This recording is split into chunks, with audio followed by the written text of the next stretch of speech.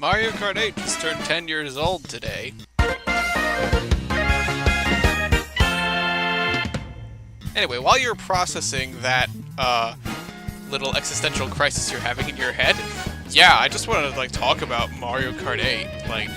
Since it's the 10-year anniversary, I just kind of want to reminisce on the whole journey. This isn't going to be going in depth on all the gameplay details and stuff. This is more of a kind of a retrospective of the journey we've all had. Well, the journey I've had, specifically. Maybe, later, when I learn to actually capture gameplay footage, I can do, a full-on retrospective of the game itself. You know, go into all the mechanics and all the tracks and characters and things like that. But for now, I just want to talk about, how my journey with this game has been over these last 10 years. Well, longer because the game was announced a year earlier. The first thing we saw from Mario Kart 8, or the first thing we heard, was back in January 2013.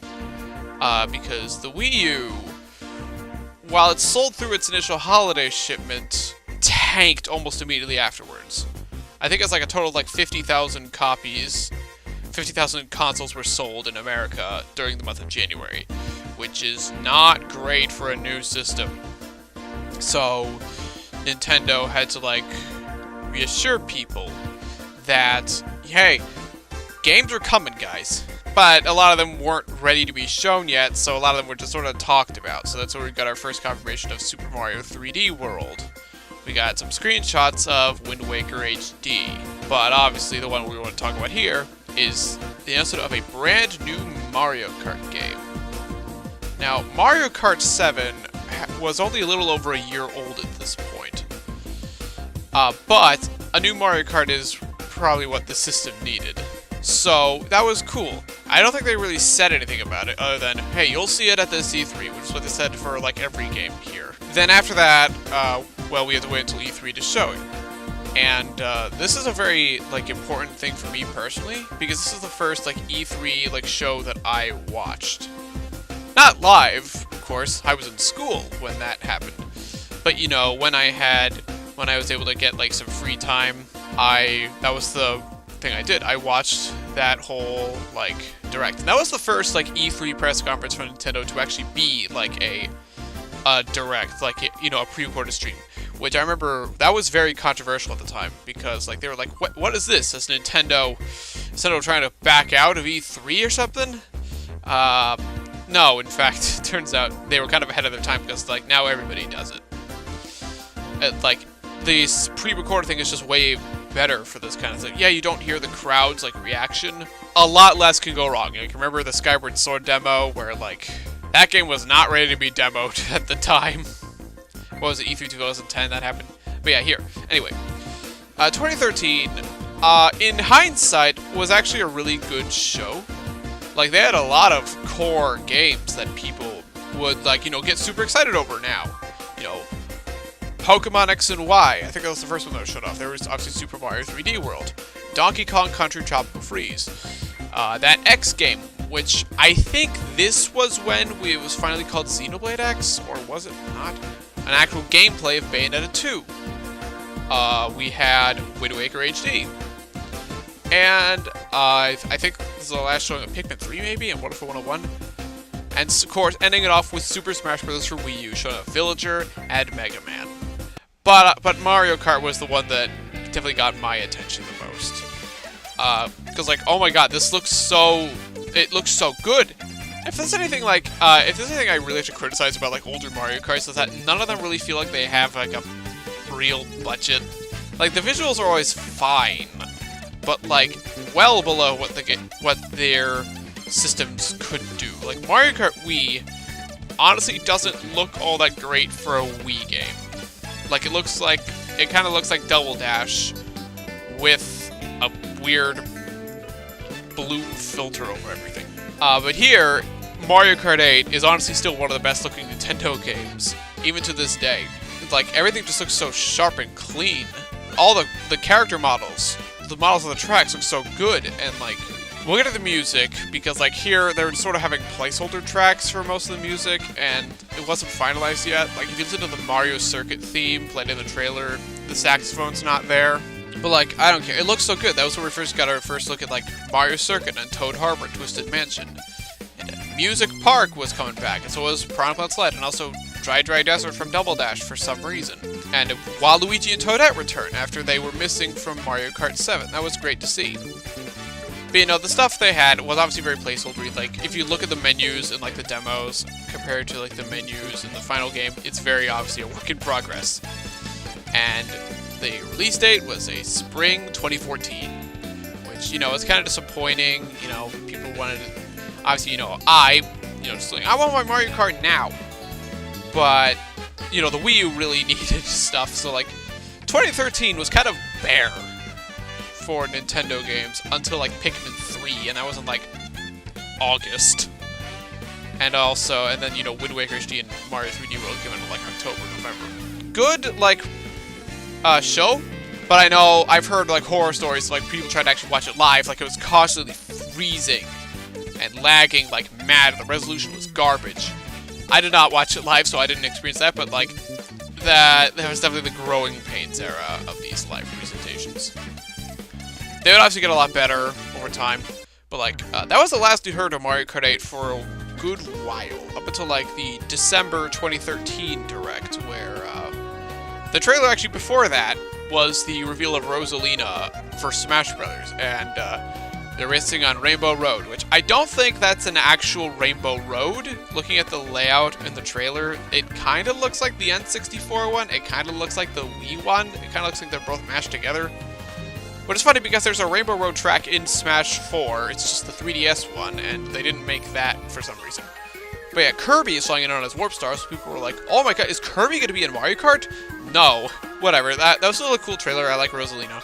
But yeah, obviously Mario Kart was put after that. Apparently Sakurai had no knowledge that that was going to happen. And he was like, oh, that's a funny coincidence. But yeah, this next second trailer showed up. A lot of the music was still kind of... This is like where we first heard like the live orchestrated music. But a lot of it is still like not how it is in the final game. It's most notable, in my opinion, with like Cloud Top Cruise and Thwomp Ruins. Like, it does sound kind of different. But yeah, this is where we first saw, Sunshine Airport, Sweet Sweet Canyon, Thwomp Ruins, Bone Dry Dunes, and Cloud Top Cruise. And we also got to see all 4 babies from Mario Kart Wii return. Yay! And also Rosalina. You know, cool. Not really surprising. She's kind of become sort of like, you know how, like, someone like Akuma in, like, Street Fighter is, like, someone, like, he's always in everything. You're always glad to show up, but, like, seeing him isn't really a surprise anymore. That's kind of like what Rosalina's sort of become. And this was the first trailer that really showed off, like, how the anti-gravity would really help make things cool. Because, like, the first trailer, yeah, Mario Circuit's kind of a Mobius strip, but I don't know if that really demos all that well. Toad Harbor, you just sort of drive on the walls. Twisted Mansion does it a little better, but it's sort of hard to tell. Here we have, like, split paths, like in, like, Bone Dry Dunes and Thwomp Ruins, that showcase, you know, the anti-gravity next to regular gravity and how more creatively it could be used. But Sunshine Airport is just a really creative looking track. Same with Sweet Sweet Canyon, which I know a lot of people talked about Wreck-It Ralph when they showed that off. And Cloud Top Cruise had the Mario Galaxy, like, inspiration, especially since, like, the very last part, they played a bit of the Gusty Garden Galaxy theme. And thankfully we didn't have much longer to wait for more Mario Kart 8. It was February 2014. I don't remember the exact date, but this is a date that lives very clearly in my head for reasons that are obvious if you look at my channel icon. Yes, this was the trailer that showed off that the Koopalings, all 7 of them, were coming to Mario Kart 8. And I know, like, now, that sort of comes over the reaction of, really? Why?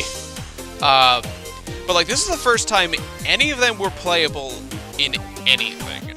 They had never been playable before. It was always bosses. But yeah, I can kind of get it. Like, we had just had 3 new Super Mario Bros. Games in a row. 4 if you count Luigi, where they were all the bosses. And, like, a lot of them still were, like, really similar. Like, Ludwig had the most interesting ones, which is probably one of the reasons why he's my favorite, and the fan favorite in general. But like Larry and like Roy and Lemmy and like Wendy, a lot of them just, their fights all blend together. So I can understand like the apathy towards them, but like this is still really cool. Until you see the final roster and you see just how much space they take up, which we'll talk about later. But yeah, it was really cool seeing them.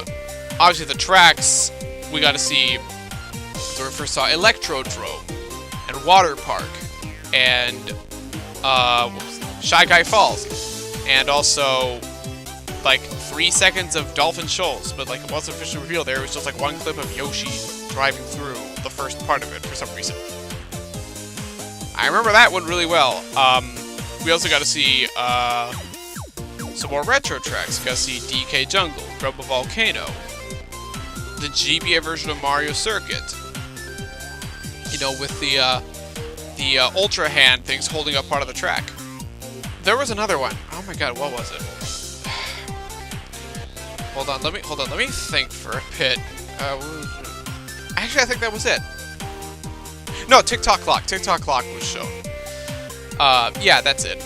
Yeah, and like, this is where we really started to see, wow, these retro tracks have really gotten a massive glow up. Like, TikTok Clock looks so different from the DS version. I've seen GBA Mario Circuit had that raised portion.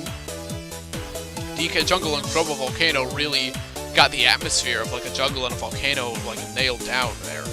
Yeah, every trailer just made it look better. Like, oh my goodness, like, I think that was when they also showed off, yeah, this game will be releasing at like the end of May. Like May 30th of 2014. And then after that, we got new information pretty consistently. Like the beginning of April was when like they really started to put the publicity out. That was when like journalists got to try like demos of like the first 4 cups, like mushroom, flower, shell, banana cup. We got another trailer. We got to see the return of characters like Shy Guy and Metal Mario. Yeah, you remember Metal Mario, right? Oh yeah, Lakitu was also there for some reason. I know Lakitu's been kind of like controversial, like because they're like, he's the flag guy. He's taking up a slot. All right, sure. I think there was another character besides those 3 that were like shown off there, but I forget what exactly. I'll probably remember it soon enough. But yeah, that showed off some new items for once. That's where we got to see the boomerang and the piranha plant. Was the super? No, the super one was in the next trailer. Yeah. But like, this is on the tracks. We got to see the remaining tracks in the first 4 cups. We got to see Mario Kart Stadium. We got to see Moo Moo Meadows. Massive visual globe there. Like, oh my god. Cheep Cheep Beach. Toad's Turnpike. Donut Plains 3. And Royal Raceway. You know, this is when we really got to see like these giant globes. And last of all, we got to see the return of the classic N64 Rainbow Road, and it looked amazing. And like, they really knew like this was like a really loved track. They gave it its whole own section, which they would do for future tracks later down the line. That was really cool. And like, I was eating up like every single gameplay footage. I went to like every single like YouTube channel for like all the journalists, like IGN and GameSpot and Eurogamer and Nintendo World Report, Game Explain. Like, I was listening to those like discussions like constantly. Things just kept getting crazier. Like, I was like having like we were discussing with like my friends, like, oh man, what other characters, what other stages could they like add? Like, especially the characters, because like it's harder to come up with like stage things to come back. Since while I'd played all the other Mario Karts, I wasn't really into like the whole stage predicting thing yet. Like, I was thinking, oh man, what if they had like a Hammer Bro? Oh, they gotta bring back Bowser Jr., right? Right? Well, then at the end of the month we got the Mario Kart 8 Direct. Although it was more of a series of comedy sketches than an actual direct. Though there were some like non-comedies, like actual cool stuff, like a history of the Mario Kart series, although they really just did Super Mario Kart 64, Double Dash, and Wii. They ignored the handheld ones, because of course they did. We got to see some of the people playing the music. We got to see them play Moo Moo Meadows and Dolphin Shoals in the main theme. Yeah, the last two characters are coming. They had this whole thing on like all the characters. So we got to see like the Koopalings, and they all had their own like boss titles kind of thing. Like, I'm trying to think of like some of them other than Ludwig's. Larry's called the Super Trooper of Bowser's Army. Yeah, he's like the easiest one in every game he's in, so some Super Trooper there. Obviously, Ludwig is the showy anti-hero. What does that mean? He's a bad guy. Like, he's one of Bowser's minions. He's like the head of like at least usually the last one you fight. It's like a full villain there. This is like where like this game's like the animations of the characters are like really good. I think this is where a lot of the Koopalings personalities really started to like get shown off, since New Super Mario Bros. Wasn't really interested in showing off the personality of anything. So we got to see like all of them like do stuff, and you know, some of them were just sort of like, you know, ha, look back and wave, like a lot of them. But like you got to see like Morton like flex his muscles. We got to see like Wendy do some slash pose. Iggy's laughing so hard he almost falls off his bike. And Ludwig does some like fancy schmancy tricks. Like he does like a flip jump in his cart. He like jumps back and lands on his bike seat with his feet and then jumps back. You know how dangerous that would be in real life? Like, thank goodness Mario Kart doesn't follow any laws of physics, otherwise they'd all go splat. That's cool. But then we got the final two characters. Baby Rosalina and Pink Gold Peach. Like, even like as a middle schooler, I didn't really know what to make of them. Like, I know why they're here now. It's because they kind of wanted a roster to go to even 30. Like, they have the Mii's, but they kind of wanted the roster to like come up to like an even 30, but they didn't have time to like model more characters from the ground up. So they just sort of like took like the Baby Peach, Baby Daisy model, modified it a bit, Baby Rosalina. They take the Peach model, cover her in pink gold, you got Pink Gold Peach. So yeah, it's kind of like the clones, like the Echo Fighters in Smash. You know, like kind of like the Dark Pit, Lucina, Dr. Mario. Well, not Dr. Mario, he's not an Echo for some reason. Daisy, that's a better fit. Where they don't have time to like make more characters, so they kind of just put in like make it kind of a half character to like, you know, just because. Like, I think it's a lot more justifiable in Smash Brothers because they're generally still like Dark Pit is his own thing. He's separate from Pit. But like Pink Gold Peach has never been a thing before. Neither is Baby Rosalina. Like Metal Mario has been his own separate thing for some reason. Like he's in Smash Brothers, Smash 64. Like one of the stages like a battle against Metal Mario, and his AI is dumb as hell. He's separate in like Mario Golf for some reason, and he looks like he's made of water there. But you know, it's still pretty lame. I remember back in the day, I was mad about like a lot of these, like, oh, how dare like they put these guys instead of like the characters that I want. Nowadays, I don't care. When it comes to like anything other than like a fighting game, like in Mario Kart, yeah, the characters have different stats, but you pick a character because you like how they look, and then you just stick with them forever. Like, it's only really Double Dash that's ever been the exception, because the characters have different special items. So, I don't think it really matters. Like, what? Like, we'll get to the Booster Course Pass in time, but, like, I kind of don't really care anymore about, like, the character roster of a Mario spin-off. Smash Brothers, I do, because, like, you know, movesets. But, you know. Anyway, that's where we've got the look at the remainder of the tracks. We got to see the return of, like, DS Wario Stadium. Sherbet Land for the GameCube. Yoshi Valley for the N64. That looked great. You got to see Dolphin Shoals fully for the first time. Mount Wario, Bowser's Castle, and Rainbow Road. And that was the last we'd see a month in. reviews came out, solid 88 on Metacritic, which is on the higher end for the console Mario Karts. The highest rated game to this day is Mario Kart Super Circuit for some reason. It's got a 93. Alright. But like, something was off.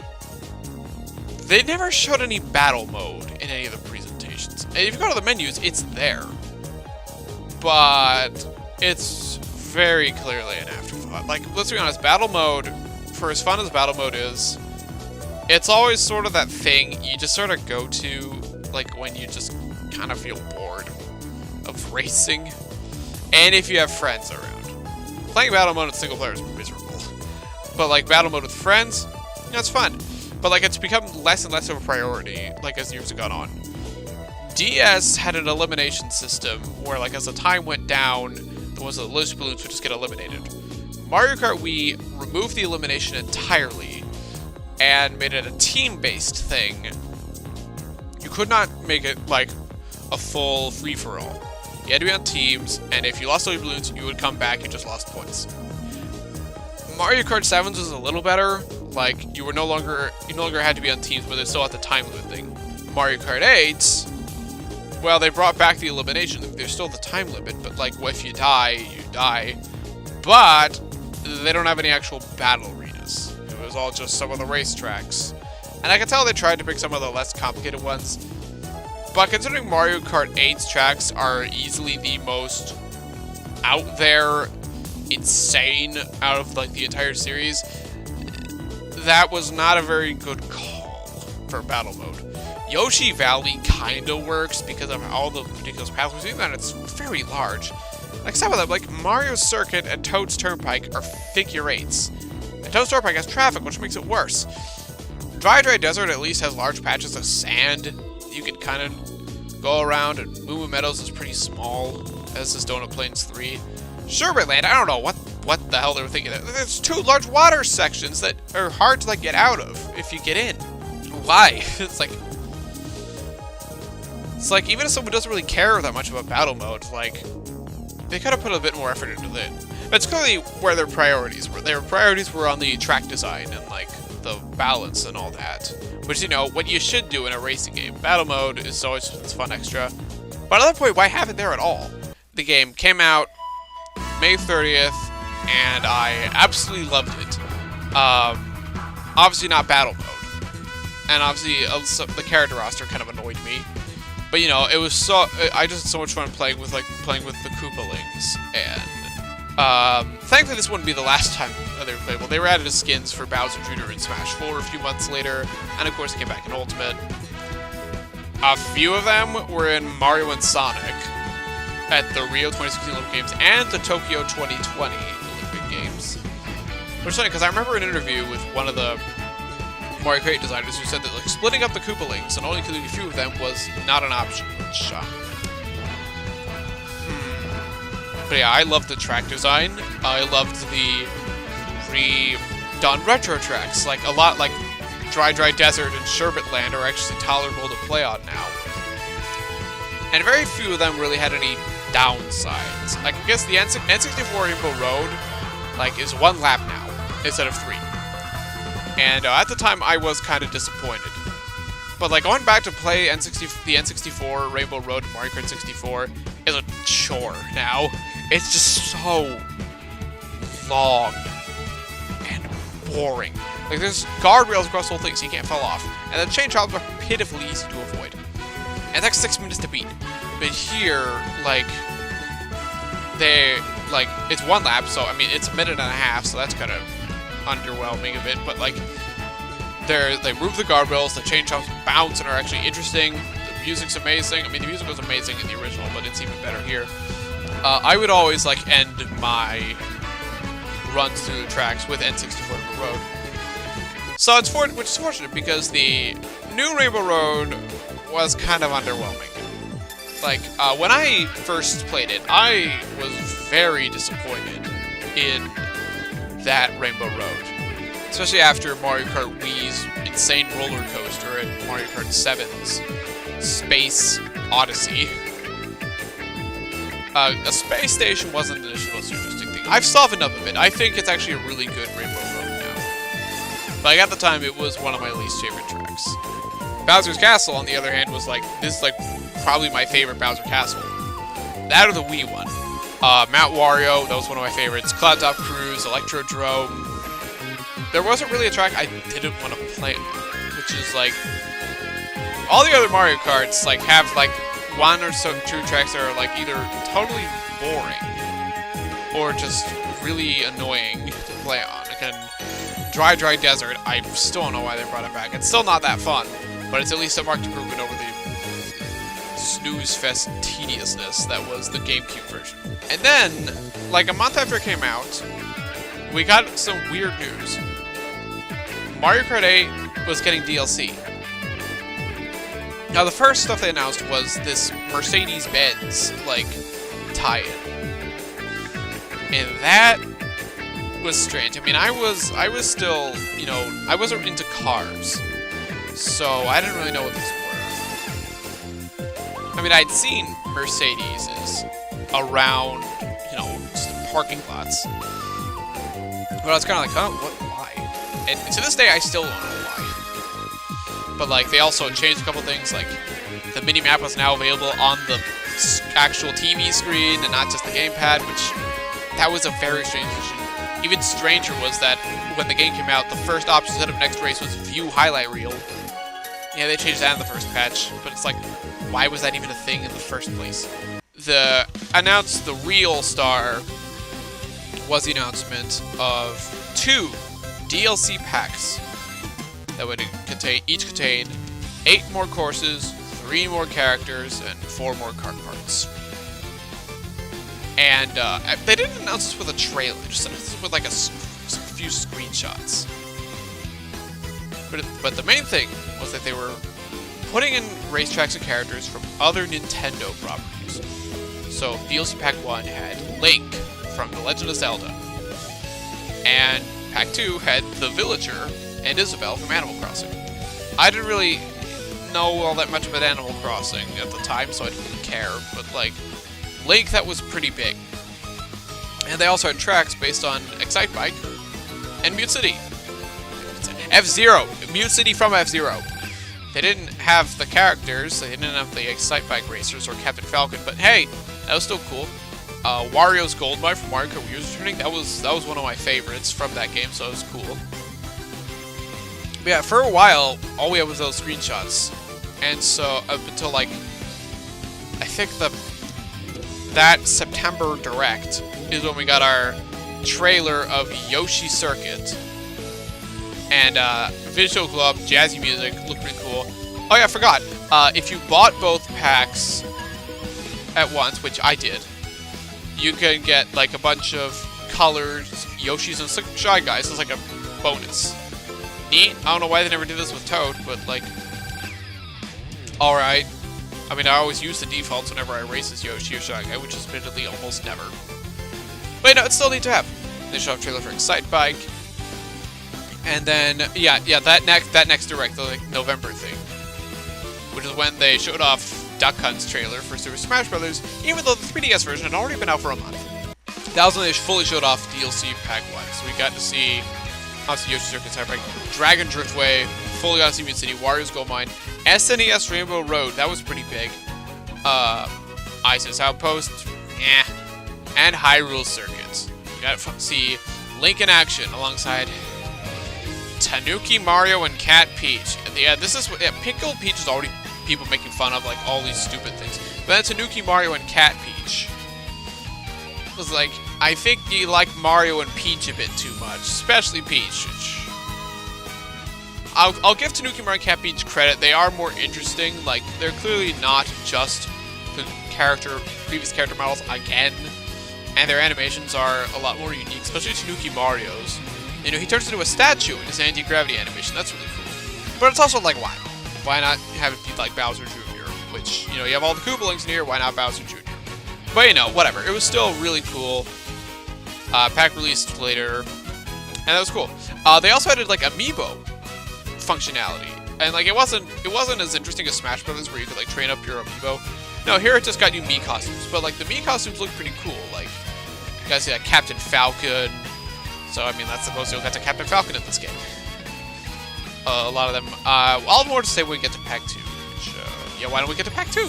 Our first look at it was with Animal Crossing in the Spring 2015 Direct, which I believe was the last Direct that Mr. Iwata held before he passed away. So at least that Direct can have a good memory on that note. That was the Direct that announced the Smash ballot, which was really the who should get into Smash Ultimate ballot in hindsight. But yeah, that's where we first saw our Animal Crossing course. And we got to see that it could change seasons randomly. Or if you just held down a certain button on the controller, which is just what I do. That's nice. I also dry Bowser's in this pack. Yeah, again, like, Tanuki Mario Cat Peach, Dry Bowser, at least he's from Mario Kart Wii, so there's some precedence, but seriously, why Dry Bowser? Like, not even Dry Bones, Dry Bowser. Yeah, that was neat. The other announcement there was 200cc, which should have been called Too Freaking Fast. When you could, like, go super duper fast, and, like, if you thought Mario Kart 8 wasn't challenging, because, let's be honest, the item balance is a lot calmer than it was in, like, something like Wii, DS, and Double Dash. There you go. Now you have to brake everywhere, so the B button actually is used now. And the original game, it was just too much. Yeah, there's my thoughts 200cc. And we have more amiibos. So we gotta see, like, Villager gets an amiibo costume. And this is really cool because Sonic, Mega Man, and Pac-Man got Mii costumes. Third-party characters. I was not expecting that. Like, the Mega Man costume looks fantastic. Like, that really looks like Mega Man. Sonic, I mean, it looks about as close as you can get with that sort of metallic-y costume look. By the way, I never really liked that all the Miis had to have driver costumes because, like, one of my favorite things about making Miis is changing the hair. And so you can't see it, like, from behind. So from behind, all Miis look the same. Yeah, that's kind of lame. But at least the amiibo costumes could help change it up. But then, later we got a bunch of trailers for the remaining courses. We got Baby Park for Double Dash, Cheese Land for the GBA. For whatever reason, like, previous Mario Karts tended to remake very uninteresting GBA courses. Like, it's always, oh, it's Bowser Castle 1, and 2, and 3, and Peach and Luigi Circuit, and Shy Guy Beach. And that was it. I mean, there was Sky Garden in the DS. That was cool. But, like, here, they actually decide, hey, it's like some of the more creative tracks, like Cheese Land and Ribbon Road. And both those got massive flows. Like, oh my god. Neo Bowser City is back as well. This is a weirdly divisive track. Like, I really like it. And I know there's a lot of people who think it's one of the best tracks in the game. There's also a lot of people think it's one of the worst. So that's just interesting. Like, there's people who, like, love it, and there's people who find it really boring. We gotta see Wild Woods. You know, sort of this rainforesty track. Like, this like, we've had jungle tracks. This is the first one that feels like sort of like a Amazonian rainforest type thing, as opposed to, like, African jungles. That's really cool. And Super Bell Subway, which is kind of like Reverse Sunshine Airport. And then there's Big Blue, another F-Zero track. And this is, like, probably the most popular track in the game, honestly. But yeah, that came out, I played it a lot, and for a while, that was kind of it. By this point, the Wii U had gone from struggling to just die already. Especially since the NX was announced by this point, and for the rest of the Wii U's life, people were like, okay, where's the NX? Where's the NX? Where's the NX? And, like, we would obviously get stuff like Mario Maker and Splatoon and Xenoblade X. But for the most part, it's just kind of felt like a bunch of filler. Like, while the teams were working on stuff for their next system.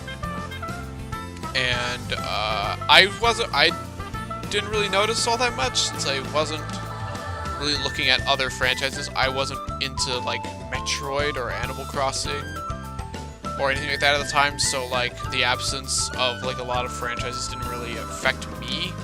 But in hindsight, this was a pretty depressing time to be a Nintendo fan.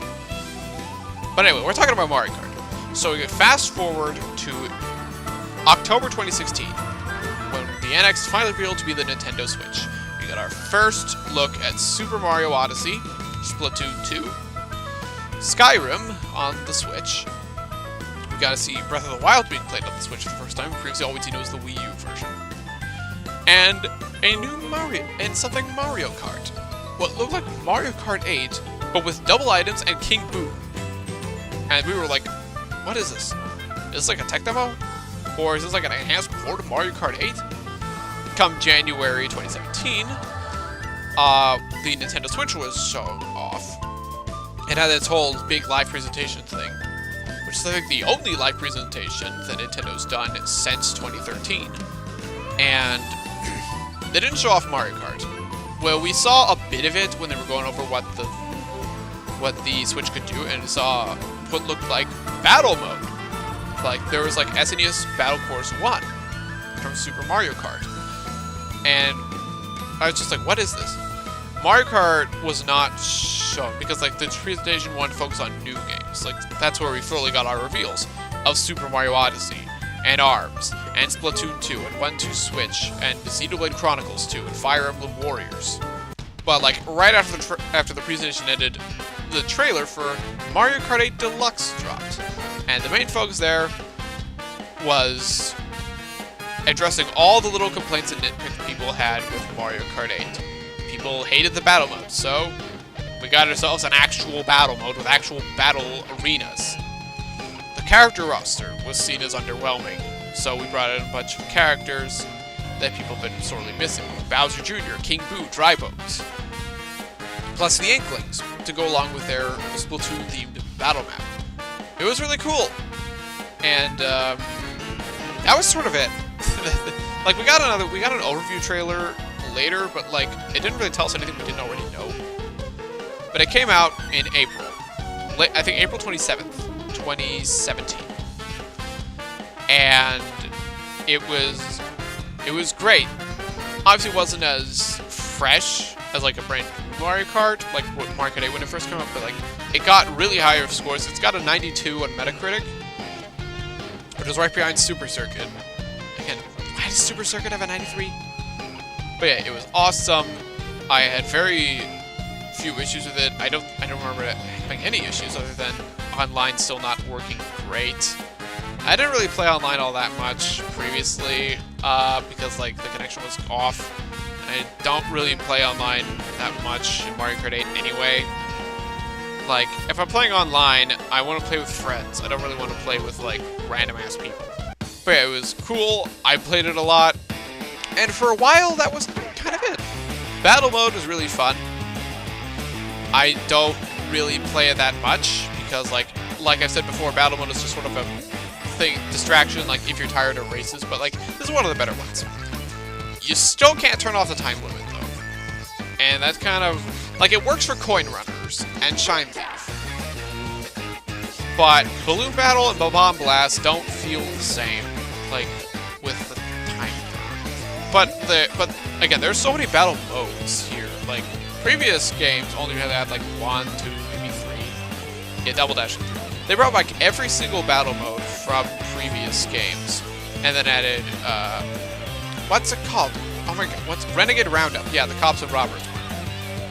Yeah, Balloon Battles here, Shy Thief and Bomb Blast from Double Dash, Coin Runners from Wii, and Renegade Roundup. You know, half the team are the cops with piranha plants attached to them, and the other half are the robbers trying to stay away.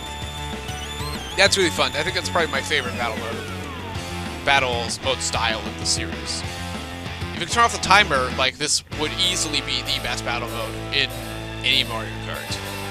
I think Double Dash is still, like, my favorite in terms of, like, wanting to actually play it and not having any problems with it. But yeah, that's kind of it for, like, Mario Kart 8 Deluxe for a long time. We did get Labo support. You remember Nintendo Labo? Yeah, they had, like, this, like, steering contraption thingy that you could add to Mario Kart, which I'm sure somebody used. I never got Labo. I'm probably gonna have to get that variety pack one for, like, a video at some point. Like, never really felt the need to. Link got an update. He got an update where Link could now switch to his Breath of the Wild attire, and we got his motorcycle from the Breath of the Wild DLC. Okay. Yeah, that was just kind of it for Mario Kart. And like Mario Kart Tour like came out in 2019, and at first it was awful.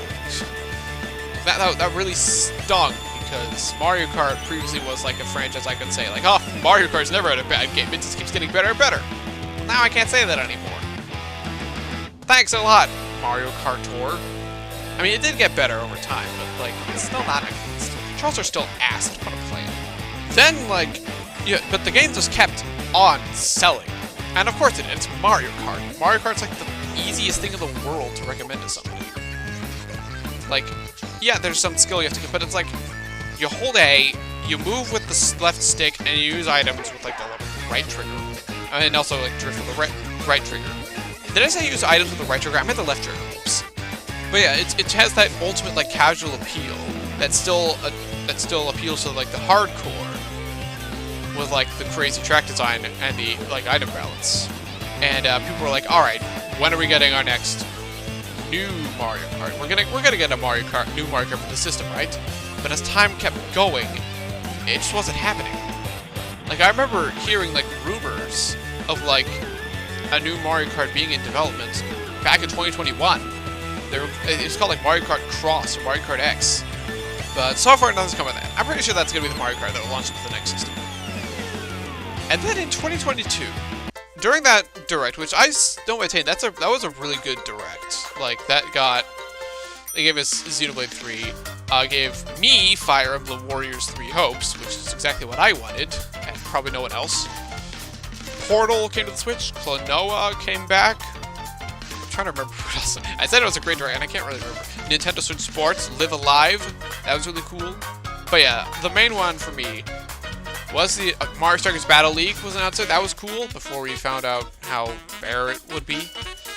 But yeah, Mario Kart 8 Deluxe was getting DLC. It's called the Booster Course Pass, getting 6 waves, and it would total to another 48 tracks. Keep in mind, Mario Kart 8 Deluxe already had 48 tracks coming, so now we have 96. That was fun to like look forward to. And very quickly people noticed, hey, these tracks don't look all that great. And we were like, oh yeah, they're being ported for Mario Kart Tour. So the first wave came out like a month after, in March. That one is like Paris Promenade, Toad Circuit, Choco Mountain, Coconut Mall, Tokyo Blur, Shroom Ridge, Sky Garden, and Ninja Hideaway. And they were fun. I mean, definitely graphically downgraded, and I think it's the weakest wave of the bunch. But you know, it was still cool to like. It was really cool to get new Mario Kart content. And, you know, it's always going to be nice to see Choco Mountain and Coconut Mall. And Ninja Hideaway was the standout of the bunch. And then over the next 2 years, well, over the next year and a half, more of these waves kept dropping. And the graphics just got better and better with each wave. Most of the tracks did too. We got Waluigi Pinball, we got 3DS Rainbow Road and Maple Tree Way, and Waluigi Stadium and Daisy Cruiser, and Koopa Cape. A lot of great ones. Some ones that people were like, why? Like the DS Mario Circuit, people were like, why is that one here? I mean, it ended up being way better than the original, but like, it's still just weird. The fact that they were ported from Tour did cause some problems with the layouts. Sky Garden and Sunset Wilds were both the first GBA tracks that had to actually be remade for Tour, because previously they just had the Bowser Castles, which were already remade in like DS, Wii, and 7, so they just ported those models over. Here they had to like remake them, and because I guess some of the turns were kind of weird, would be kind of weird to do, they simplified those layouts a lot. They got a lot better as they went on, like Boo Lake, Snowland, Riverside Park, Lakeside Park. Those are a lot more faithful to the original. Bowser Castle 4 is one lap because they kept it very close to the original. But Sunset Wilds and Sky Garden had to be like simplified a lot, and those models had to be put into 8 Deluxe, and so a lot of people found those two particularly underwhelming. The Tour City tracks ended up being pretty divisive. Like, there are some that are kind of, Tokyo Blur is really boring. New York Minute, Paris Promenade, they're fine, I guess. They generally got better as the waves went on. Like, they ported the more advanced ones as the Mario Kart Tour team got better at, like, designing tracks for the phone. We gotta see more interesting stuff, like, Sydney Sprint, Berlin Byways. Waves 4 and 5 had some really good ones. Singapore Speedway, obviously Bangkok Rush, Vancouver Velocity, Athens Dash, Los Angeles Laps, Madrid Drive in Wave 6, that was a cool one. The music across the board was just as excellent as the music in the main game. I don't know how much of it was better, but like it was on par. And then like Wave 4 was important because we had Birdo come back. This is the first time anything other than tracks were put into the game. So Birdo came back, and there were more slots on the character roster. And I was like, oh, more characters could come back. And like Wave 5, we got PD Piranha and Kamek. That was really awesome. Wiggler was here. Wave 6 brought in Diddy Kong, Funky Kong, Pauline, and Peachette. You know what I was saying with like, we'll come back to the character roster here. So, with the addition of the Wave 6 characters, everyone from Mario Kart Wii is back. Like, the whole roster from Mario Kart Wii is returned. And Pauline's here. Peachette. Why? Peachette was just kind of a meme back in like 2018, 2019. Where people were like, oh, the super crowd turns Toad Edge into like this weird peach with braids. That's dumb. And of course, the game is Bowsette. You know, it's not really Peachette. It's a whole original character. Yeah, Peachette's in Tour. But people give her a pass because everything was in Tour. You're like, why isn't it Dixie Kong? And I have to agree. Like, everyone else is Donkey Kong adjacent. DK Mountain came back for Double Dash, so why not have Dixie Kong? But anyway, that gave us... the ones I want to highlight for Wave 6 are Bowser Castle 3 and Rainbow Road. Bowser Castle 3, like previous SNES tracks, which is kind of like, they're always this flat thing because they wanted people to like nostalgia, I guess. But they weren't interesting. Like, Donut Plains 3, Mario Circuit 3, they were like some of the weakest tracks in the game. And Rainbow Road is more interesting just because Rainbow Road, it was already the best track from the Super Nintendo game. You know, it had the thwomps, the invincible thwomps. It had no guardrails. That just makes it more interesting by default. But then SNES Bowser Castle 3 is completely overhauled in the same way that a lot of the GBA tracks were. Where they have like actual elevation now. There's stuff you can do. A really rockin' soundtrack. That became like a big fan favorite now. Like, it was like that in Tour. If people saw that version in Tour, people were like, oh yeah, that's coming to Mario Kart 8. There's no reason they wouldn't do that. And they did. And of course, they finished it off with Mario Kart Wii's Rainbow Road. And people were a bit nervous about it because Tour's version turned it into a single lap track and kind of made it slow. But they really went all out with that one. The texture is still tiled, but like it has that shiny thing that the Wii version did. It's 3 laps. The tricks are insane. It's entirely in anti-gravity. Hell, when you fall off the track, you even burn up in the atmosphere before Lakitu pulls you back up. Like, they didn't have to do that, but they did. Yeah. The Booster Course Pass really likes Mario Kart Wii. I just want to say that. 8 tracks in the Booster Course Pass are Mario Kart Wii tracks. And some of them, like, they were supposed to be, like, if the data mines, like, that everyone knows about. There was supposed to be, like, another Double Dash track and another new track, which I think was supposed to be Piranha Plant Pipeline Tour, but like they weren't there. So we got Moonview Highway and Daisy Circuit, which Moonview Highway is great. Daisy Circuit is it's fine, I guess. Whatever. Mario Kart Wii, like, bias aside, they did a good job with the. They obviously got much better. Like, I don't know, like, if people didn't make such a stink about Wave 1, I don't know if they would have, like, changed the tracks or if they were just going to do that. The graphics of the tracks, or they were just going to do that anyway. But I'm glad they did. And the Booster Course Pass ended on a very high note. And yeah, that's where we are now. Oh yeah, they added custom items. Yeah, and like Wave 3, the Wave 3 update, you can now like customize what items you want to have. So like, if you don't want those stupid coins, because nobody wants them, you turn them off. You want to get rid of the blue shell? Sure. You want to have only blue shells? Go right ahead. I've actually done that, and it is absolute chaos. Wave 6 added a sound test, which Mario Kart's never had before. Most Nintendo games don't have that. Usually it's up to like Intelligent Systems to like give us sound tests for their games. Mario Odyssey had one.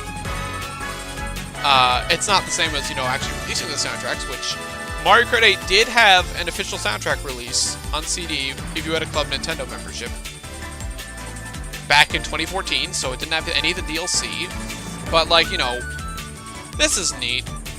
Yeah, that's kind of it. Oh, yeah, Mario Kart TV. I forgot about Mario Kart TV.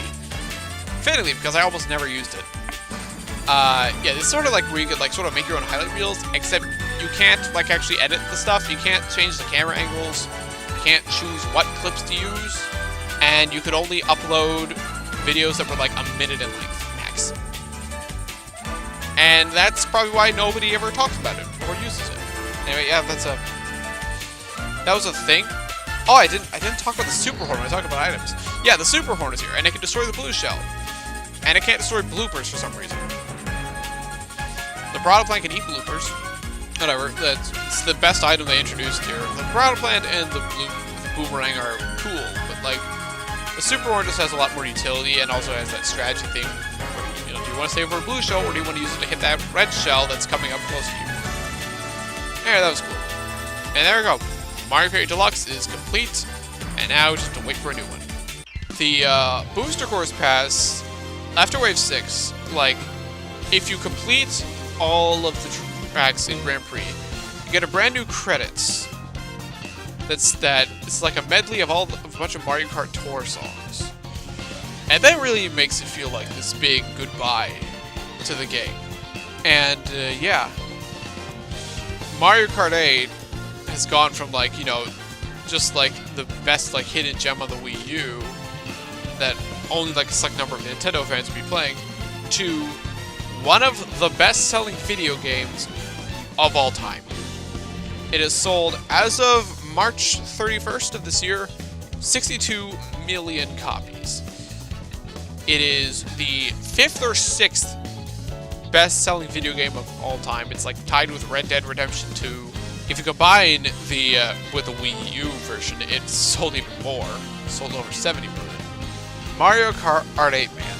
Like, this is already like my favorite Mario Kart, like back when it was new, even with a crappy battle mode. And like all the stuff they've just been adding into it has gotten even better.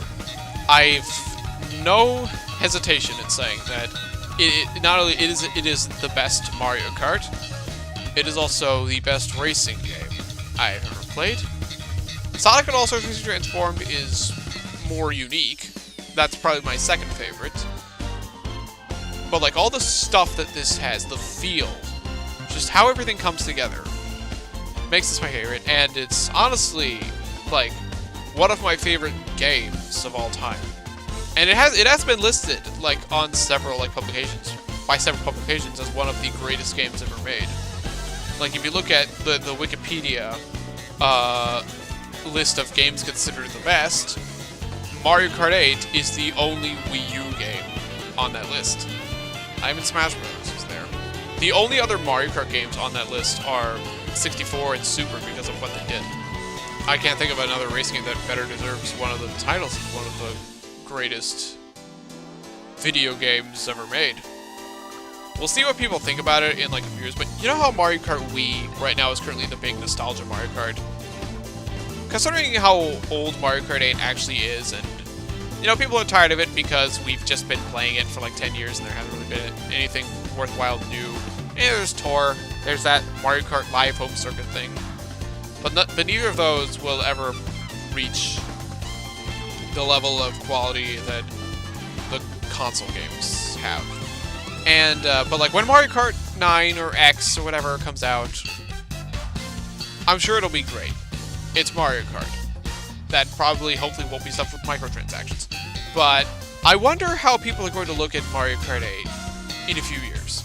Like in like 5 years, when the game turns like 15, since that seems to be the magic number for That being the nostalgia one. Because I wonder, like, if Mario Kart 9 is gonna get, like, a lot of crap from people who say, oh, Mario Kart 8 just did everything better. Which, yeah, it had, like, 8-9 years of content updates, of course. That's gonna be a real tough act to follow. That's probably why they didn't make a new Mario Kart for this system.